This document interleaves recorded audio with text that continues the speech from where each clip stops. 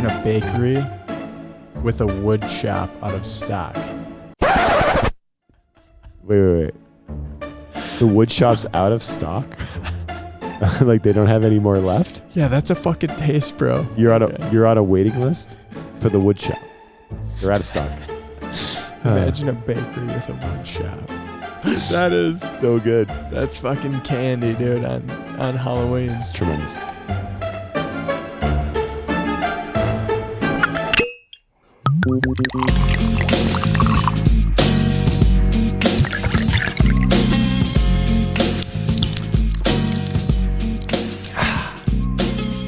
Yo, welcome in to the show. I'm Ryan O'Leary. And I'm Mike Zika. And this is the Bourbon Playbook, just another podcast in the basement. And it's kind of a monumental episode for us, Zika, man. This topic, this bottle we're about to cover, for myself and like the more casual bourbon drinkers out there, people that were lucky enough that are listening at the moment, this is like the bourbon, man. This is the mecca for people like me, right? It's that question every liquor store clerk from here in the Twin Cities where we're at to like out to Kentucky or wherever loves or, I don't know, loathes to hear. Like, you know the question, Zika. Tell me the question. Ooh, the question is, do you have that fancy bourbon with the horse on the bottle that everyone's chasing around right now? Yeah. No, now you're just selling us short. Like, we don't. Do you have any Blantons? Do you have any Blantons, right? You walk in, you know not even to walk down the bourbon aisle. You just go right up to the clerk and say, yo, do you have Blantons, right? Do you have that fancy bottle, which we have 3 of them here in the studio with us right now. Blantons, man, this is a monumental episode. I've been looking forward to this. We've waited, like we've put it off, but now we've arrived. I'm fired up. Yeah, it's definitely the bourbon that you want to break out any occasion, right? Especially when you got friends over. It's the one that they've been looking for the past 5 months, right? Those are the guys that are going into the liquor store being like, hey, how about that Blanton's? Yeah. Do you have any? I mean, it's no longer just Buffalo Trace. It's the Blanton's, right? So super stoked to get into this. But before we do, Ryan, tell me about the week, man. Pour it up. First of all, we gotta pour one out for the wife. She just finished her MBA. Hey, just last night on our son's 3rd birthday, actually. So let's go, Katie. That was that was awesome. We popped a bottle of Blanton's that has been sitting on the shelf since Christmas of 2023. That was our first holiday season since we moved to Minnesota. So first of all, again, pour one out for the wife. Anyone out there smart enough to take advantage of your current company paying you to level up on your degree, which is what Katie did. That is some baller shit, right? Also, it's a lot of work. I witnessed it firsthand. Like, she was grinding during the day and then going into the office and grinding at night to get her schoolwork done. So pretty impressive. Meanwhile, I was like sitting around drinking, watching Thursday Night Football while she was doing that. You know what I mean? So yeah, I mean, shout out to all of you who, have accomplished getting your MBA online while working and living life and all that good stuff. And then taking advantage of your company paying for it. That is awesome. That's next level. But this bottle, which I'm admiring on the desk right now in front of me, is one that I acquired, Zika, before our bromance even began, actually. Before I planted the Bourbon Playbook seed in your head that random night a few months ago, right? Yeah. Because before you, there was Neighbor Zach. Neighbor Zach. Zach was the first. And I'll say this, all right, for most of the bros in our neighborhood, I think Neighbor Zach was the first for a lot of us, right? Like Neighbor Zach, the first guy to come out and talk to you, the first guy to recommend restaurants to you, invite you to shit, right? Like that was Neighbor Zach for me. He lives right next door to me. He lives like diagonal from you. Jump your car when Ryan doesn't pick exactly. Up. He's always hooking you up when you need. You text me for some reason. You text me, but Zach's always showing up for you. It's more or less a test to be like, I wonder how quick Ryan would respond versus how quickly I would respond. And it's typically faster, but I'm not gonna lie, Z-Man's like within 3 to 5 minutes. He's there. Text. He is there. He's a go-to. He is, and he's also like the neighborhood encyclopedia. He knows everybody. He knows everybody's names, even their kids, their dogs. Like if you need to know, like, oh, I I want to meet this couple up here. It was like, oh yeah, that's David Talia, right? He just knows everybody, and it's pretty fucking awesome. So shout out to neighbor Zach. I think he's a fan of the pod. He's got to be by now. He's the neighborhood yellow book. So he is. So anyway, here's where my pour it out story for the week begins, and it centers around this very bottle on the desk here. This bottle of Blanton's. I was talking to Zach over the fence last winter, kind of like Wilson and Tim the Toolman Taylor, right? Like over the fence, in the backyard. Wilson, what are you doing up? Well, Tim, I couldn't sleep, so I thought I'd come out and squeeze my apples.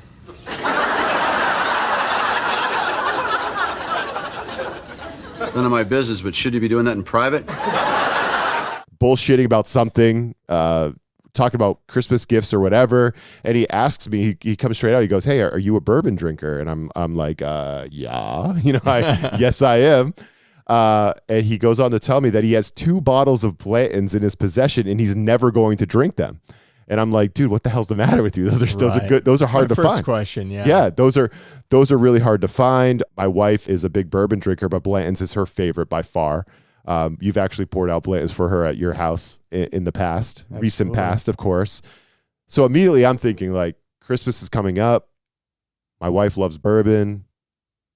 I'm going to get this bottle off of neighbor Zach, wrap that shit up, and basically I'm husband of the year, right? Like there has been Christmases where I have not come through. Like we've been together for like 10 years now. So like you run out of gifts like, and Christmas, like how many things can you buy, right? Like how many different great ideas can you come up with?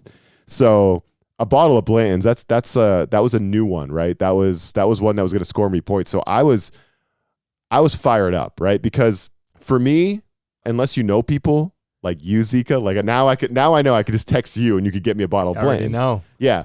But if you don't have a guy and you don't have a hookup at a liquor store, right? And I know we'll get into this here later in the show because we're going to be covering, spoiler alert, we're covering Blanton's today, the single barrel, right? Dun, dun, dun. And we're going to get to that.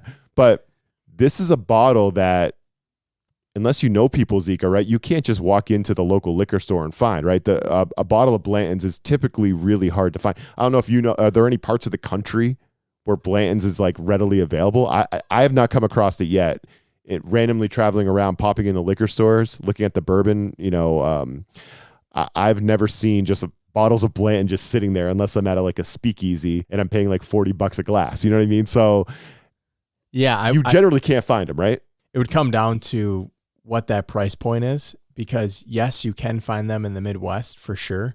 Outside of raffles, outside of those random Tuesday, Wednesday drops at Hy-Vee or your local grocery store or liquor store, it's going to be tough to find them. Kentucky, yeah, I know a lot of people go to the Buffalo Trace Distillery and they'll have 60 bottles for first come, first serve, right? I know right now I can go to High Five Liquors down the road here in Chaska, get one for $120 to $140. Is that like in a back room and your boys like holding them back there, or? Typically. Because they're not on the shelf. Once in a while you'll see them on the shelf, but again, we're looking at something that's got like that $65 to $70 MSRP, whereas you go to High Five Liquor and they're like, hey, I'll give you a high five for a $140 bottle of Blanton's. And you're like, why? It's too much. You know what I mean? It's too much. It is. Even for somebody who loves this bourbon. Me and my wife do love this bourbon. It is too much, but that's funny. The price point is a big part of this story and why it's fucking hilarious, actually, right? So Christmas is coming up. I'm procrastinating, right? Again, I'm the guy that goes to the Mall of America with my people on like Christmas Eve or the day before Christmas Eve and just walk out of there with like 7 bags on each arm, just like feeling it, like I got my shopping done. I just wait to the end. I don't do the online shopping. I can't do it. It's just not how I'm wired. I like to physically go into the store with my people, my crazy people, where again, you can't find a parking spot at the Mall of America. Never, dude. Those are my people. Yes. So I'm waiting till the last second and I'm like, okay, I need to get this bottle off of Zach. He said he had Blanton's. I got to get that. That's a key gift for Katie for Christmas. If I don't have that, I'm going to get in trouble again, right? Like I'm fucking up again. And of course I'm waiting for the right opportunity, I actually just checked through my text messages, right? I went back all the way to December to see, like, did I actually text Zach? I could read the text on the pod, but I didn't text it. This was actually done in person. And I remember waiting to see when he was out back picking up dog shit, because this is like the water cooler of the neighborhood, right? When guys are out back picking up dog shit, this is when you go out and gossip, right? Yes. Like, if I know if my two neighbors on each side are both out back because they both have dogs, if they're both out back picking up shit, I go out there and now we can all pick up our dog shit together and and see what's going on, right? Yeah. So I wait. I'm looking out the window. I'm working on the kitchen table with my laptop. I see Zach out there picking up his dog shit, and I'm like, here's my time, right? So I get out there. And I'm just like, yo, Zach, how you doing? We shoot the shit for a little while. And I'm like, bro, remember you said you had that, a couple bottles of Blanton's you were trying to get rid of? Like, let me get a bottle off of you. And like you said, Z-Man, right? Just typical Zach. He's like, oh, yeah. He just sprints into the house, goes and gets the bottle, like comes around the front, meet him at the front door. He hands me the bottle. It's like, it's in a box. The box is kind of beat up, but the bottle inside is pristine, right? It's legit. And he goes, I go, how much I owe you, right? Because I literally have no idea, Zika. This is going to come off like I'm an asshole when I finish the story, and you probably know where it's going right now. I know you do. Absolutely. Because Zach actually talked to you afterwards, and that's a whole sidebar that you're going to have to tell the people. Absolutely. But I'm literally like, if I spend $60 on a bottle of bourbon, that's about as high as I go, right? Like, I go to the liquor store, if I spend $60, I'm like, I'm going above and beyond that time. Yeah, I'm like, I want a nice bottle. I'm paying $60 for this one. The ones over 60, I don't even look at, right? And that's just me as like more of your casual bourbon drinker. So that's the number that pops in my head. I'm like, how about $60, right? But like in negotiating, you got to start low, right? You got to start low anyway. So I'm Smart like, man. So I'm like, $60 is like, it's not nothing, but it's probably not what this bottle's really worth, right? I know how rare Blanton's is. I know I can't just go into the store and buy it, like I said. So I throw it out there, $60. And Z-Man's like, works for me. Here's my Venmo. I send him $60. Transaction over. I have the bottle. I wrap it up. I am husband of the year. Katie loves her gift. She actually saves it for months until just yesterday. We're talking here in early October when we pop that thing open when she finishes her MBA. So that's that part of the story. But the best part is you and I get tight. We start talking bourbon together more, especially on this podcast. And you basically call me in a nice way, a fucking asshole for lowballing our neighbor Zach and taking advantage of him for only giving him $60. So there's a whole sidebar to this story. I'll give you the floor. Yeah, I appreciate that because this needs to be said. So to put things into perspective, Z-Man reached out to me and said, hey, I'm looking to offload a bottle of Blanton's. How much is it typically worth? And I said, well, Zach, that's a great question. It depends on the MSRP value versus what you're selling it on the secondary market. So for instance, and Zach, not to break in here, but Zach has no idea what you're talking about right now. He doesn't care. He's just like, how much money can I get off of this bottle? Right. Yeah, exactly. And you're like, what's the MSRP? Yeah. Who's that? What are they? How do they do it? Yeah. So basically he reached out to me. I gave him some numbers, right? Like I told him that, my wife actually we have a really good, family friend, Tivy and Paul, that went to the actual distillery that picked me up a bottle for $64.57 out the door with taxes at the actual Buffalo Trace distillery, right? So in my mind, I'm thinking MSRP is roughly around that $65 to $70. I have got one at Total Wine as well at one point for around a little over $65. But ultimately, you see them once in a while, kind of in the wild, right, at random liquor stores for around kind of that 100 to 120, 125, secondary market standpoint. And so I go to Zach. I'm like, honestly, you can probably, get it out the door at the distillery for about $65 an hour, or you could charge them up to $120 an hour. It all depends on who we're talking about here. And then he says, neighbor Ryan, and I kind of give him the smile, a little bit of a wink. And I'm like, well, to be fair, if you haven't, dove into the the bourbon trail and you're not deep into bourbon itself and you haven't been to the distillery, you could probably at least get $80 out of this guy. Yeah. And that's doing him a favor. And let's put things into perspective again. If somebody comes up to me and says, hey, I can sell you this Blanton's for $65, I'm going to follow that up with, how many can I purchase from you? Yeah. Right? Yeah. Even at Can I get both bottles? You said you had 2. Give me both. Exactly. And I kind of feel bad deep down because at the same time, when I told him the price point, like $80 is kind of what we agreed is kind of a middle ground. I told Zach, I said, hey, before you sell that to him, what letter is that? yeah. And we'll get into that as well. So this is before, so he chatted with you before he sold it to me. I did not know this, honestly. So he chatted with you first? Correct. And he still sold it to me for $60. So he knew. He sold it to you for 60? He sold, $60. I believe I told him 80. Oh, Yeah. what a good God. He's such a good guy. But he asked me what I wanted to pay for it. And I just threw out 60 because, again, that's typically what I would pay for a good bottle of bourbon. I had no idea. I knew Blanton's is hard to find. I just didn't know that it would go for over 100 if you found it on the shelf. I didn't realize that. I thought it would probably be in the $60 to $70 range. And I thought he wasn't going to drink it anyway, so might as well throw him some cash. He won't care. So I threw out the 60, and it was not a negotiation. Zach was just like, here you go, man. Like, it's yours. Like, here's my Venmo. But it's funny that you told him 80 and he didn't say, because if he said, yeah, let's do 80, I'd be like, oh yeah, no, my bad, man. Like, you know what I mean? Like, it would not have been a problem.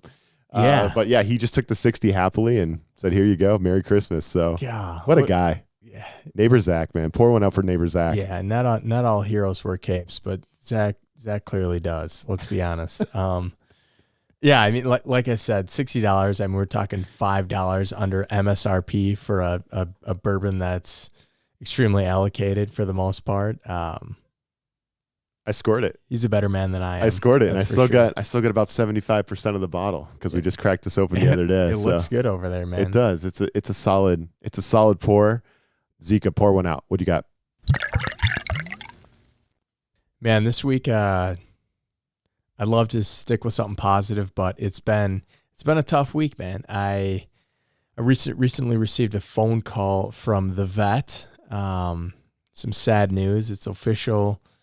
Raimundo has torn her ACL, and I don't know about you. I know you got a dog, but we were waiting on the X-rays. To give you kind of a catch up for our listeners, my little dog. I got 2 dogs. I got a Shih Tzu Bichon. And Remy's the little one. She's one. Just a little tiny thing. Little cuddle bug, man. And then I got Rosie, who's a mini Aussie, mini Australian Shepherd.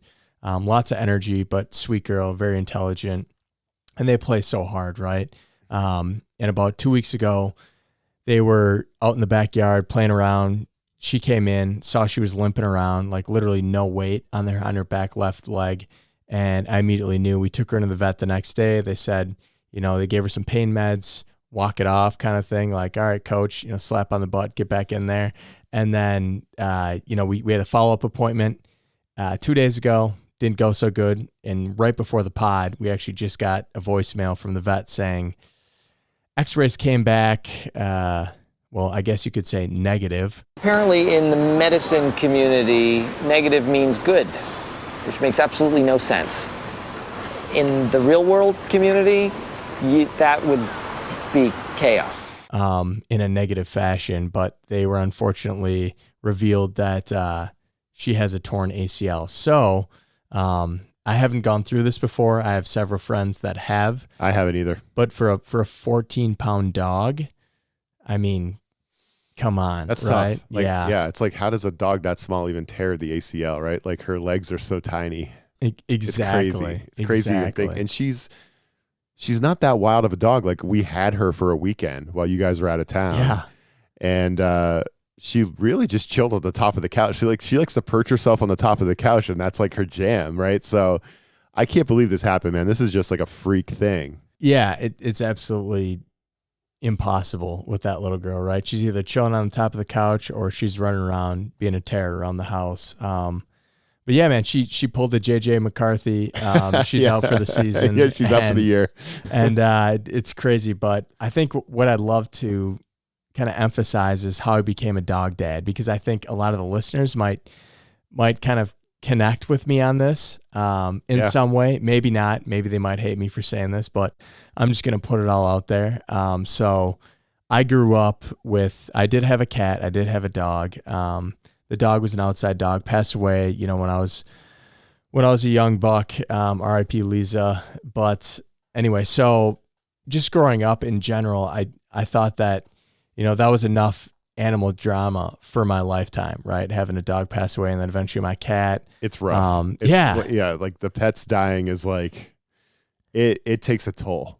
Right. It does. Right. And again, these were outside animals for the most part, right? Especially the dog. So it was something that's like, you're not going to sleep cuddling with it every night. It's kind of a different feeling, different connection with that animal. Right. So fast forward to when I met my wife, Liz, love her to death, but convincing me to get a dog, that was a 3-year negotiation. Mm-hmm. Right. Mm-hmm. And I mean, I'm talking about like endless debates. We're talking about like, talking about getting litigation. This is a Supreme Court case, right? It's ridiculous. So she's a very intelligent individual, and she eventually orchestrated a date for us. And I was like, oh, date night. Yeah, that sounds great. So what I thought was going to be dinner and drinks, maybe a movie. Surprise, we ended up at a strip mall, and there was a Petco in the parking lot. And I was like, man, I thought you were going to say strip club, and this was going like in a completely different direction than I expected. Not one of those dates. No, but we ended up at a Petco, and I was, expecting to obviously go in, see some dogs, right? She's just got it on her mind. And, we get to this personal play area. It sounds a lot fancier than it actually is, but you get in this little cube, and there's this adorable little French bulldog, and she knows that, like, hey, I've always kind of wanted a Frenchie. I think they're super cute, lovable, but I eventually realized they have a bunch of heart problems, and they're, basically a liability at the end of the day. And so,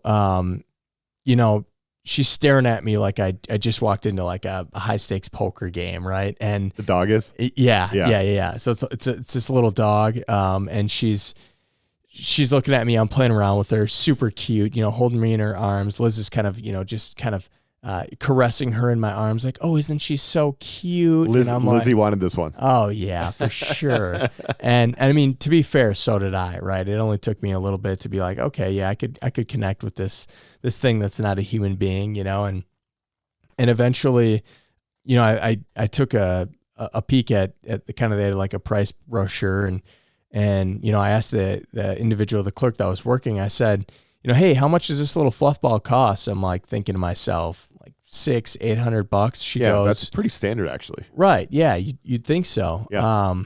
But not for a Frenchie. So she replies back to me and she says, yeah, so this one, since it's a female, they range from about $3,500 to $4,000, but males are around $3,000. What? And I said, okay, I love you, and I love this little pup, but I'm not looking to buy this little pup a luxury condo downtown. That's a lot of money, man. Yeah. That's a lot.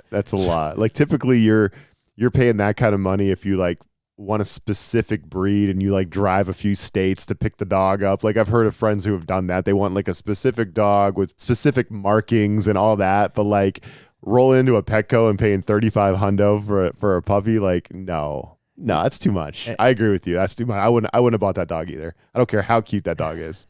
There's plenty of cute dogs out there. Absolutely asinine, right? So yeah, it's too much. So anyway, pass on it. Say, hey, thanks. I appreciate your time. Super cute dog. We're gonna bounce. Liz, you promised me we're going to a nice dinner. Let's go. And as soon as we get to the car, we step inside. I turn on the car and I look over, and Liz has her head in between her legs, and she's crying, right? She's just full of emotion. And I'm like, babe, what's wrong? She's like, well, I just really wanted a dog, and I was really hoping that this would, kind of perk up your ears. And you fucked up. Yeah. Plain and simple, right? Let's call a spade a spade. And you're like, baby, I can buy a lot of bourbon with $3,500. Like, how many bottles can I buy and trade for that?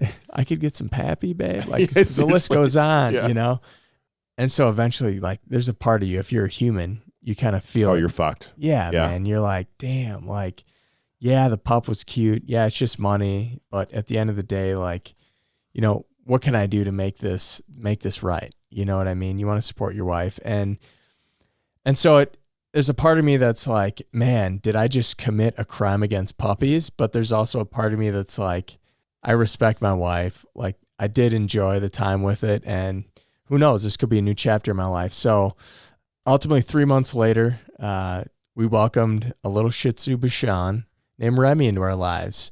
And then following that, a year and a half later, a mini Aussie named Rosie. I was going to say, so you compensated by getting 2 dogs for Lizzie instead of just the Frenchie. See what happens, yeah, exactly. man? See what happens? So It's ridiculous. So shout out to the wife, because she got 2 for the price of 1. That was well played. She knows how to work me, man. She's a smart cookie. Yeah. Yeah. And honestly, for me to tell you that it was a mistake. I mean, I couldn't love these fur balls anymore, right? Yeah, they're great dogs, man. They're awesome. Yeah, it's wild how life works. So to all the listeners out there, if you're on the fence about getting a dog, or you've been in a situation that I've been in with the wife, maybe adding a little extra pressure if you never had one, it might be like a hefty price tag, but trust me, in the end, a little combination of love and chaos, it's truly priceless. As much as I love the Summit EPA, the extra pale ale from out here in the Twin Cities, I've been sipping on that throughout this pod so far. So good. It's got me in the mood.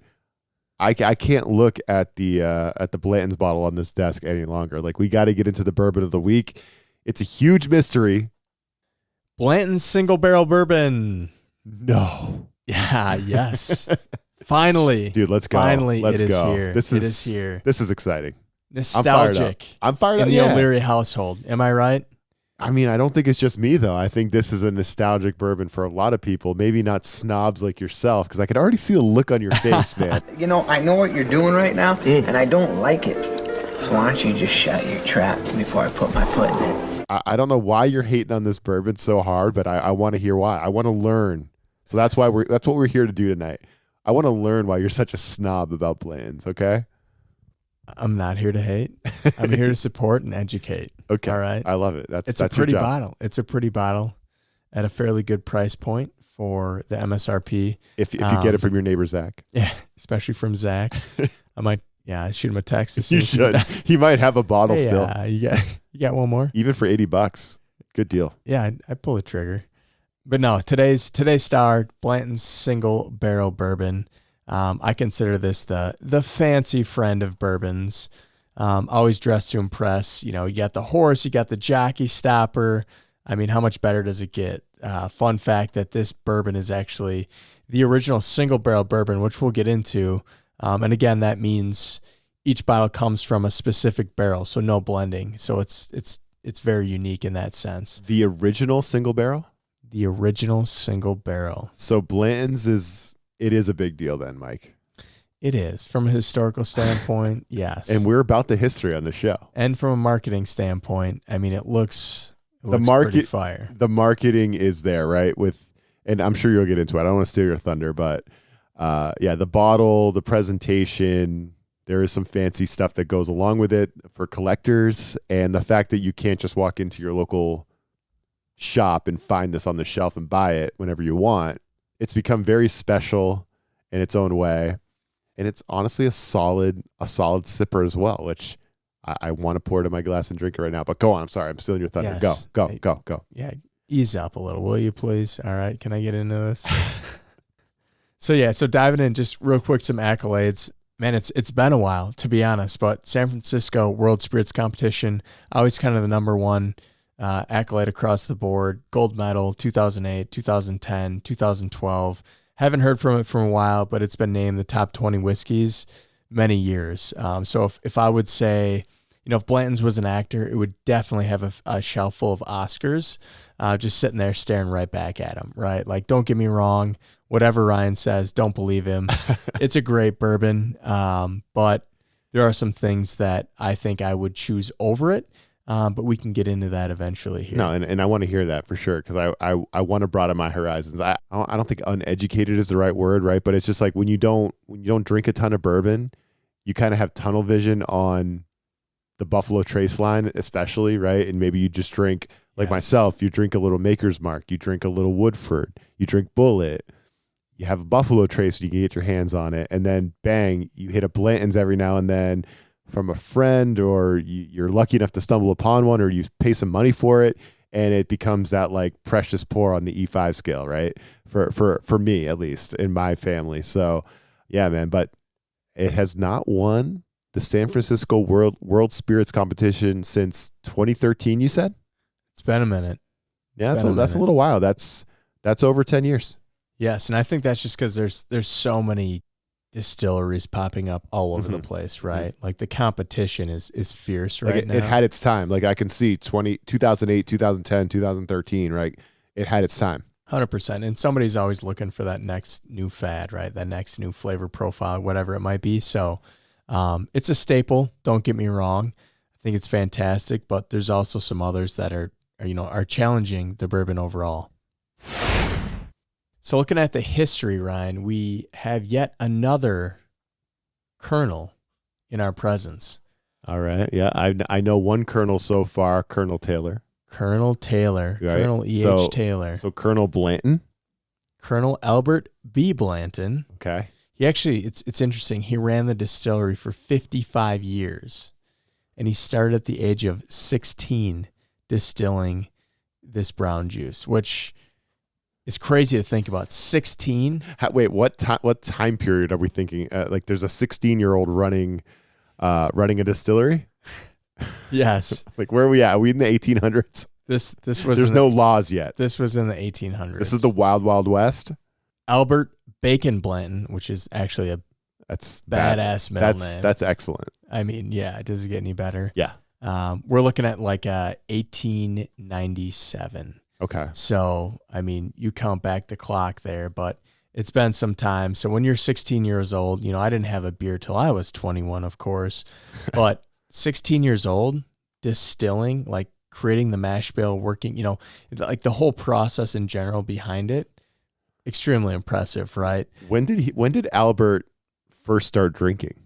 When he was like 8? You know what I assume mean? 8 to 12. Like you don't just start running a distillery at 16, and that's like, well, I've never tasted alcohol before. Like, you know what I mean? Like he was getting hammered at like 10 years old.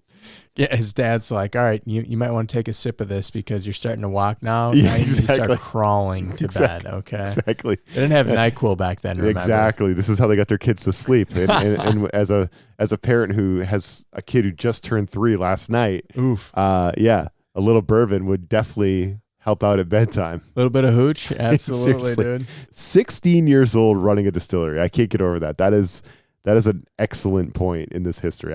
Go on, Zeke. I'm loving this one. Go. Absolutely. And of course, not only do we have another Colonel, but we have another distillery that survived Prohibition. And how did they do that, Ryan? Medicinal whiskey. Medicinal whiskey. I've really mastered this one, right? Yeah. It's not medicinal marijuana. No. It's medicinal whiskey. No. Use your whiskey for medicine. Exactly. So again, we're looking at the 1920s to the 1933 medicinal whiskey. Blanton's was, literally a doctor for bourbon lovers at that time. So they were able to work past that, although obviously they had additional issues with the distillery moving forward, but it was ultimately reintroduced in 1984 by, can you guess what distillery?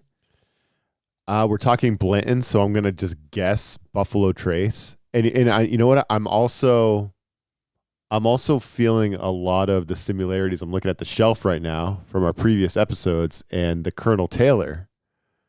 Wasn't the Colonel Taylor medicinal whiskey as well? Like this is all kind of falling in line with that same thing, that same storyline. Boom, shakalaka. You got it, brother. I pay attention to my history. Got it, man. I love the history part. And to kind of give you a reference here, in 84, Buffalo Trace, ding, ding, ding, they ultimately kind of wanted to pay some homage to the Colonel himself with his kind of thought process of the best barrels typically come from the center, which at the time and is now Warehouse H. So to kind of give you a reference point, there's roughly 14 new barrel houses since 2017, and they're roughly holding about 58,000 barrels of bourbon. And when you say warehouse, are you talking Rick House? Correct. Okay. Yep, Okay. exactly. And in 1884, Elmer T. Lee, which, hey, that'd be another great one to cover soon here. Under Elmer T. Lee's leadership at the Buffalo Trace Distillery, they created the first single barrel bourbon named after his mentor, Colonel Albert Bacon Blanton. I like waking up to the smell of bacon. Sue me. And since I don't have a butler, I have to do it myself. So most nights before I go to bed, I will lay 6 strips of bacon out on my George Foreman grill. Then I go to sleep. When I wake up, I plug in the grill. I go back to sleep again. Then I wake up to the smell of crackling bacon. It is delicious. It's good for me. It's a perfect way to start the day. So that's kind of a cool piece. And again, we'll cover Elmer T. Lee here in the future. Super stoked to dive into that. Yeah. It's a fantastic bourbon in the Buffalo Trace line as well. But other than that, the only other piece I wanted to share with you is, man, what is so cool and unique, Ryan, about those toppers on those Blanton bottles? What is it, man? Any ideas? There is the jockey and the horse, which is, it just screams Kentucky, right? It's just the Kentucky. That's what I think when I see the bottle of Blanton's and I see the jockey and the horse. It's the Derby. It's Kentucky. Kentucky is bourbon, right? So that's immediately what I think. But also, I feel I feel like a moron actually for this, because I knew there was something that had to do with like spelling out. Say it. Admit it to your fans. Yeah, no, I'm going to admit it. I'm going to admit it. Pod, I'm not going to play dumb here. I'm going to admit it. I knew there was something with the letters. there was something there, right? Like letters are the horse and the figure. Yes, spelling out the word Blanton's. I knew there was a thing there. I've heard about that. I didn't know that's another great marketing tool that Blanton's has, is that you collect these toppers, right? You don't throw those away. You always keep those. And if you can spell out the word Blanton's, you can, I'll let you tell the people, you get a stave, right? A stave. Yeah. I'm still learning what a stave is. Boy. But I thought that the letter was kind of spelled out with the horse and jockey. So we were literally texting before you came over tonight, schlepping your ass across the street into the basement to record this podcast, which is exactly what you do every Wednesday night when we record. And I thought the horse would like spell out the letter in some fashion. So you asked me, what letter do you got? And I sent you a picture of the bottle and I say, I don't know.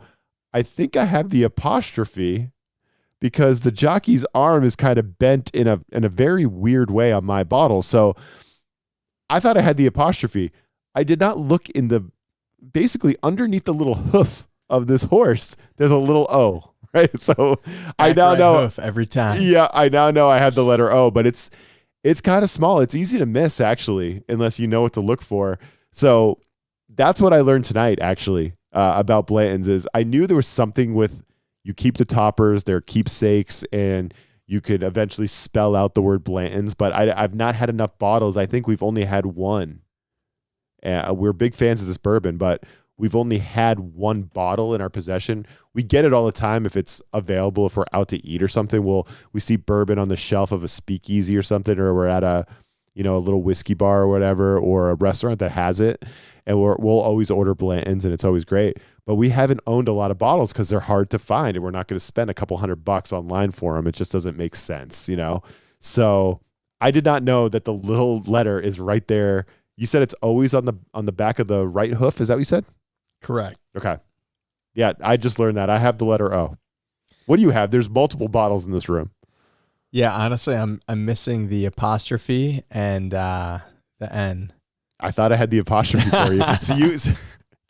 So you got fired up. I'm bullshitting. There's no apostrophe, but yeah. Wait, so when I texted you that I thought I had the apostrophe, you were like, oh, this guy does not know what he's looking at. I was dying. I was dying. There's no apostrophe? No, not at all. Oh, God. I mean, I could swear by just the way the jockey's arm is kinked on my bottle here. I thought that was clearly the apostrophe because it didn't look like a letter. I now see the O. So there's 2 N's. And realistically, the cool thing is every specific cap has a letter on it, but it's so small that if you didn't drink it, consistently or know about it, you'd probably never know, and you just toss the bottle away, right? And the cool thing is, if you actually look at every individual topper, the different poses of the horse represent different stages of the actual horse race itself. So when you collect all 8, you can spell out the word Blanton's, or Blantons, with the letters on each stopper. So Blanton's is known for, racing as much as it is for the love for bourbon, right? So what you can do is you can ultimately send these in to the distillery, and they'll send you back, or now I think you can just take a picture and send it in, and they'll send you back a stave, which is actually a piece of the actual char oaked barrel that they would barrel this bourbon in. So that process is basically, if you could think about it in a way that, you lay out a bunch of, let's just say, to make it easy, 2x4s, and then you eventually bend those, and you go through the process of installing the heads and hoops on these barrels. And then they char the inside, you put the bourbon in, you let it sit, right? They actually give you a stave, or a wood plank, basically, from those barrels, and they carve little holes out in them, 8 holes, where you can put the letters Blantons and put it on display for in your house. Anyone that's extremely cool like myself, which I don't have yet. You don't have the Blanton stave. I'm still missing like 2 letters and the apostrophe, apparently. So no, there's no apostrophe. So there's not an actual just apostrophe topper, but is it the second N right before the S there? The second N would have the apostrophe. I think I've heard that. Correct. So it's going to be Blanton''S. So there's 2 N's, obviously, but they're obviously different as well. So the first N is going to be normal, right? The second N is going to have an apostrophe. So that's how you know. And just remember, the figure of the horse resembles the different stages of the horse race. So they're naturally going to be different poses on the bottle cap itself. On the topper. So that's something to keep in mind. Yeah, that's cool. So is this like, do you remember the Monopoly game in like McDonald's back in the day where you were trying to get Boardwalk Park Place in McDonald's? Yes. Is this like, because you said you're missing 2 letters for Blanton's? So is this like you can't fucking get Boardwalk no matter how many Big Macs you buy? Do not pass go. Do not collect $200. I can't pass go, man. I'm stuck in jail. Yeah. So is it like impossible to get Blanton's, or is it actually like super random? No, it's very possible. It's just fine. Honestly, if I found it on the shelf and it was like $100 and I needed one more letter, I'd pull the trigger, and tell my wife later, kind of thing. That's how it kind of goes. All right, you want to pop yours first? Yep. Oh, I got that baritone. Ready? That was good. That had a good echo to it. Oh my God. Those are 2 different notes. Right. Our bottle sounds so different. It's so dope. Blanton's. All right. So the nose. What should I be catching on the nose? So it should be sweet. It should be honey.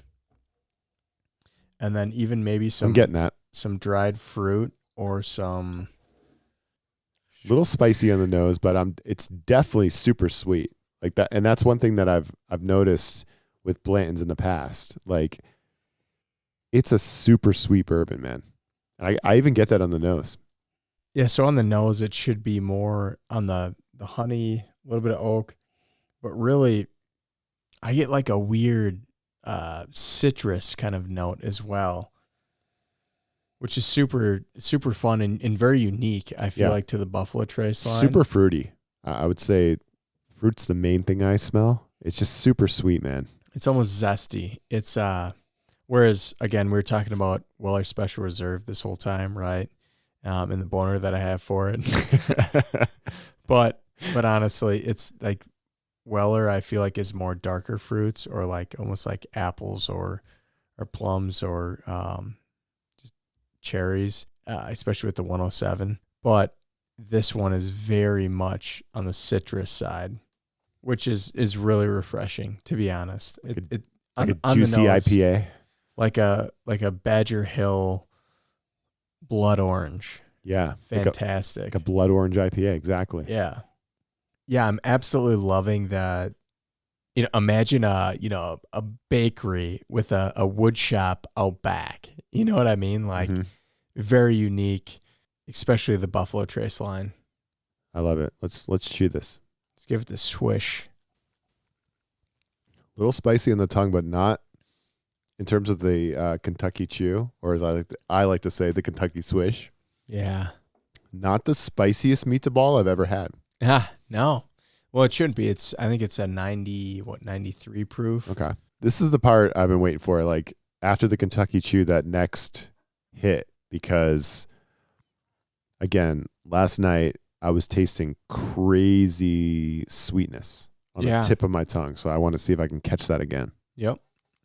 The spices are very prevalent, right? They're very kind of in your face, like that, almost like a cinnamon and clove at the same time, but definitely tastes the honey on the front of the tongue. Yeah. That sweetness on the top of the tongue is hard to, it's right there, right? Right. And remember, my bottle's been open roughly about two years longer than yours has. So it'd be interesting to dive into yours as well. But I am getting, I'm not sure. I know that the tasting notes roughly say, at least on the nose, it's citrus. And I get a ton of citrus, right? But on the palate, I'm not sure if I'm kind of getting that aroma that hits. Usually I can taste like the fruit notes or the citrus or whatever it is outside of the honey and the oak on the back of my palate, or on the sides of my tongue in the back. And I'm not catching a ton of that. And it might be because it's an older bottle, right, that's been open for a while. Or because you hate Blantons. Or because I hate Blantons. No, I would never say that. Right. I respect it. Again, I'm putting words in your mouth. Okay. It's like a coach that's a hard ass. You know what I mean? You know he's doing the right thing, but at the end of the day, you respect him. Like PJ Fleck? PJ Fleck. This is what I would call not necessarily an elite pour, but we'll get to the E5 scale. Yeah, we'll do that at the end. Get there. Yeah, we'll do that at the end. It's my favorite. But ultimately, no, it seems fairly spicy. I mean, I get that. Spicy. What would be a common spicy you catch? Let me try again here. It's like the baking spice cloves kind of arena. Yep. So on the finish, honestly, what I'm really noticing is there's a lot of oak, there's a lot of caramel. I get a little bit of spice from the actual clove, I think, itself. I don't get as much citrus on the palate as much as I do on the nose, but it is still there. And I think it's a kind of a smooth, long finish. Not as complex as I'd love it to be with other bourbons, but ultimately, I think this is a very good bourbon. So it's growing on you more than you thought coming in here, because you said this bottle we're drinking is like a couple years old. Correct. Yep. So it's oxidized. So typically I feel like it should have, the characteristics should be a little more mute in the bourbon. But I'm actually very impressed. I've never taken a step back and really enjoyed Blanton's for such a long period of time. Because you're just trained to hate it.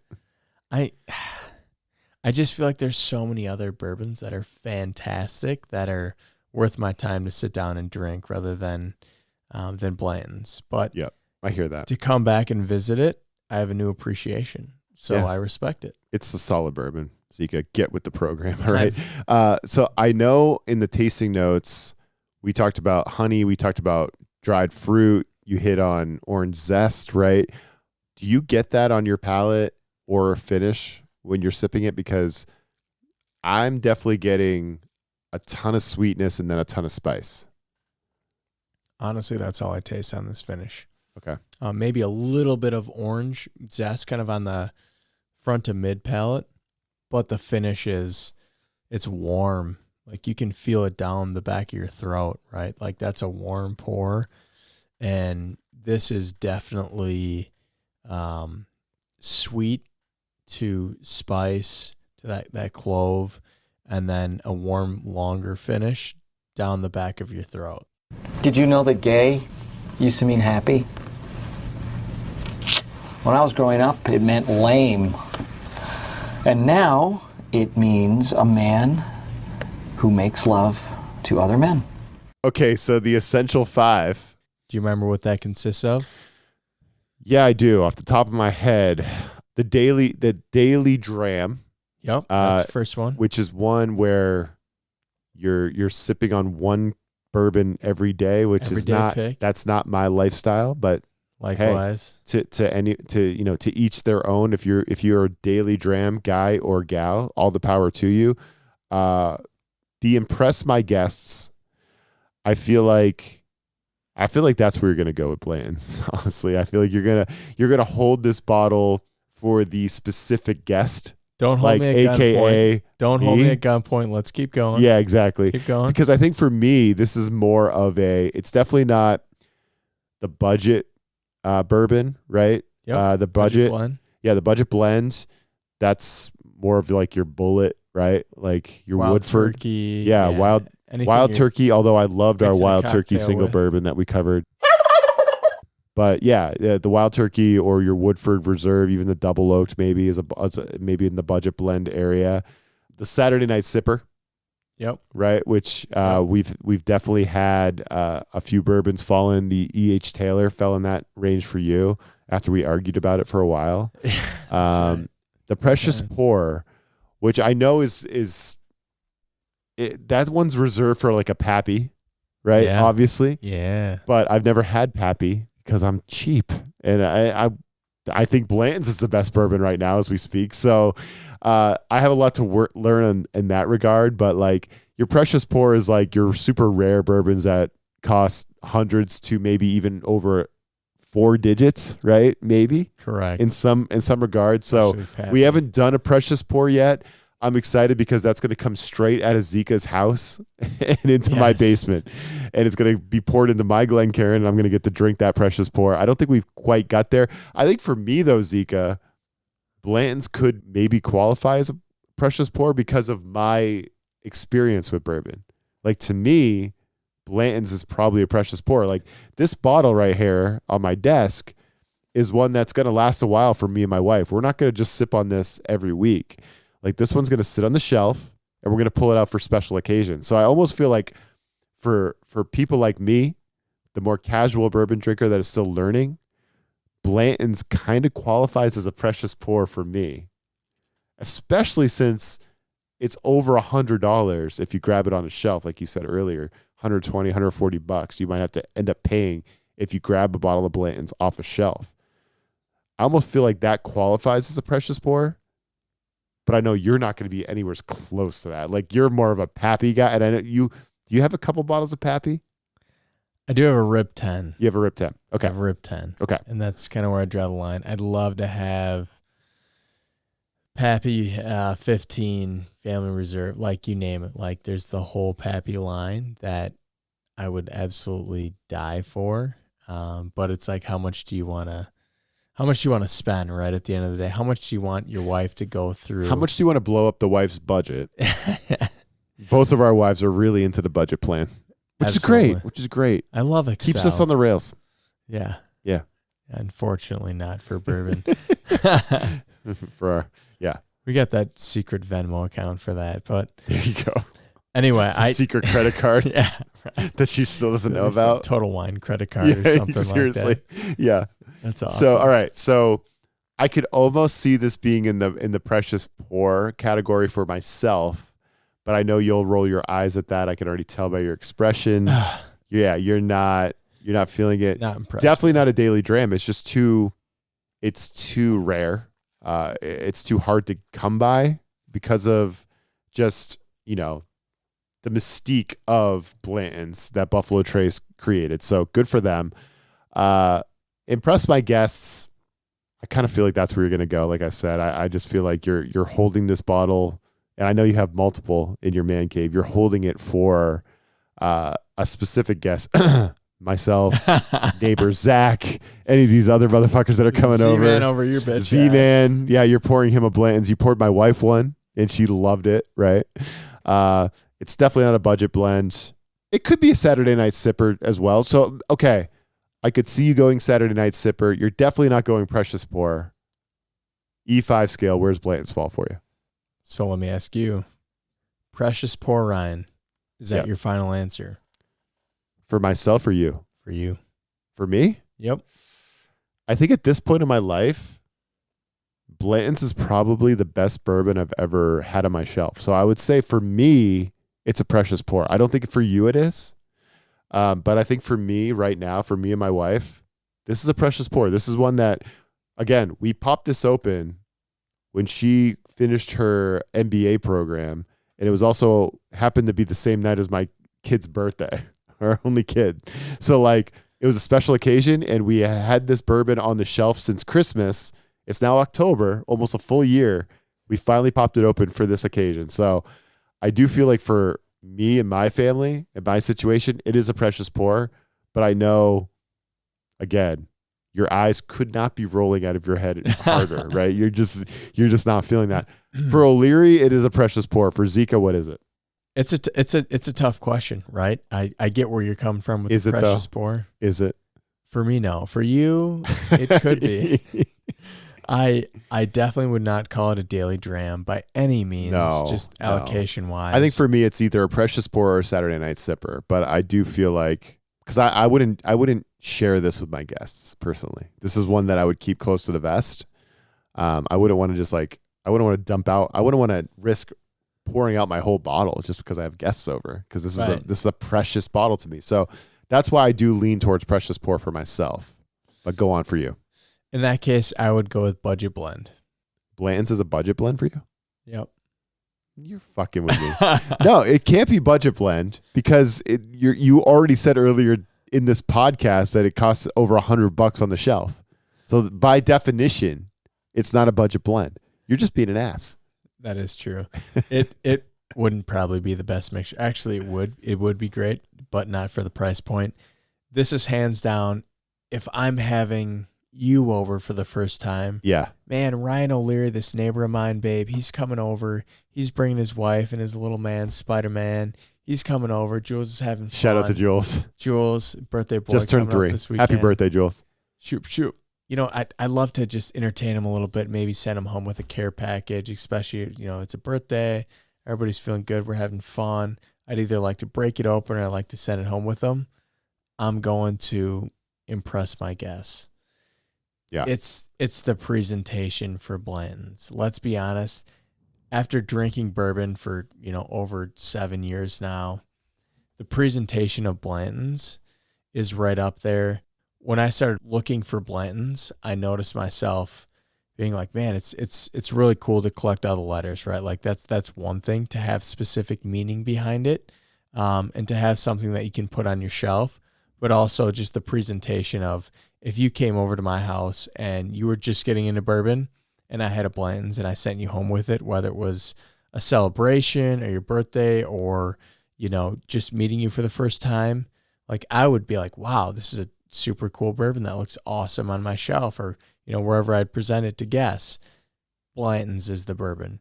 And that's why I have a hard time getting past impress my guests. And the only reason I say that is because Blanton's is a delicious bourbon. Don't get me wrong, but I could name 10 to 15 other bourbons that are absolutely fantastic, that have a longer finish, more character, that are aged longer, that are outside of the Buffalo Trace line, as much as I love it, that just fit in my specific palate, that makes it a better bourbon for me overall. It's almost like, where are you coming from in the spectrum, right? Are you on the high end of it where you're like, oh, I know my shit and I know Blanton's isn't all that special? Or are you coming at it from someone like myself who's like, I'm coming at it from a whole different viewpoint, and for me, this one is a little bit more special than it is to somebody like you. Like I get that back and forth a little bit, and I understand your point of view. I also understand why there's a lot of people that swear by Blanton's as well. So it's just like a really fascinating bourbon and story and all of that. Like the whole thing around this bourbon is kind of cool. Honestly, to me, I think it's awesome that we have 3 bottles of it right here in the studio. Like that's kind of cool. Yeah. Right? I know 2 of them are from your house, But like, and how many do you have at your home? Do you have like 5? I got 5 right yeah, now. you have 5. I'm trying to spell it out. Yeah. Yeah, you're trying to spell it out. Unfortunately, I didn't have a letter that you didn't, that you needed, because I would have swapped with you. I swapped it with Zach. Seriously, yeah, neighbor Zach. But yeah, this is just like, not only is it like a good tasting bourbon, and I totally get that it doesn't stack up to some of the big dogs, because like, why would it? But it's just cool. It's just a cool ass bourbon, man.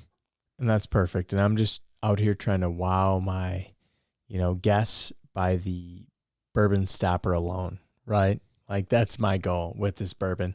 And again, to your point, I think that it's a fantastic bourbon for somebody that, isn't drinking bourbon as much, but ultimately when you get into the higher proof bourbons and you find all these complexities and these long finishes and these warm finishes, you'll find out that, yeah, Blanton's is a very good bourbon, but ultimately there's so many other bourbons out there that their flavor profiles are extremely complex and very long, and there's so many different types of characteristics that you can taste within the bourbon versus Blanton's. Don't get me wrong, it's really good for a 93 proof, but when you start getting up into the, single barrel, 100, 120, 126, you get into the stags. But if you're still looking for something where, you don't need to add a dab of water or an ice cube, Blanton's is a perfect pour for you. If you're having somebody over that has, more of an advanced palate, in my case that I've drank with individuals, I think you're going to be diving into the more higher proof bourbons that have a lot more, aromas, a lot more characteristics of the actual bourbon itself that go deeper than Blanton's alone. Well, folks, as we pour our last sip of wisdom, remember, life is like a fine bourbon. Better when you savor it. Cheers to that, Ryan. And don't forget, whether you're a bourbon newbie or seasoned pro like Ryan, if only, the best pour is always the one that's shared with friends. Zika. Cheers, my friend. Cheers.